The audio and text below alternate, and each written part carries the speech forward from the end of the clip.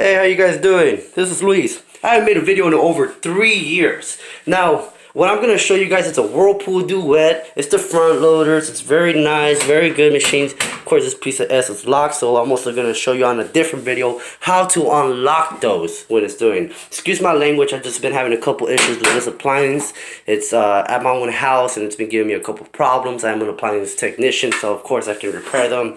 It's just for some reason, never want to repair my own appliances. I don't know why. Alright, so on this video, we're having a bad drain pump within the machine. Now, this drain pump is giving me an error code within the drain pump as well. As you can see, not too well in there because the glass is pretty messed up. There's water in there. Now, this drain pump, I'm going to show you how to do this because I don't have any tools on me at the moment. The pump hasn't came here from the manufacturers yet. Of course, I'm getting the OEM manufactured part. So I'm going to show you how to do this without any tools at the moment. Just going to basically explain the tools to you. Get yourself some pliers. See that right there? You take that right off. Pops right up.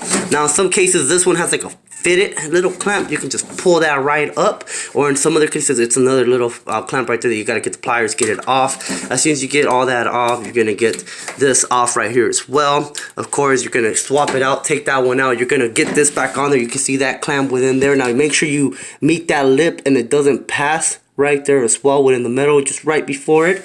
And then you put that clamp back on. Of course, you put this part back on as well. You can just clamp it or fit it on there as well. These are actually, I never really trusted these clamps, but they actually work really well, really good. And then you just get your connection, you pop it back in there.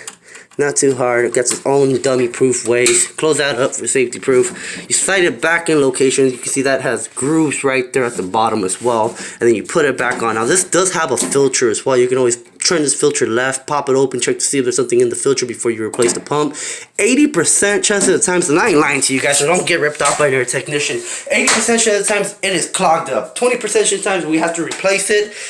Very rare do I have to replace that pump. Usually I just have to unclog it, put it back together, pop it back in, and you're good to go. Now in the next video, I'm gonna show you how to open this without even plugging it back in. Yeah, that's right. We're gonna open the door without even plugging it in. I'm gonna show you how to do that.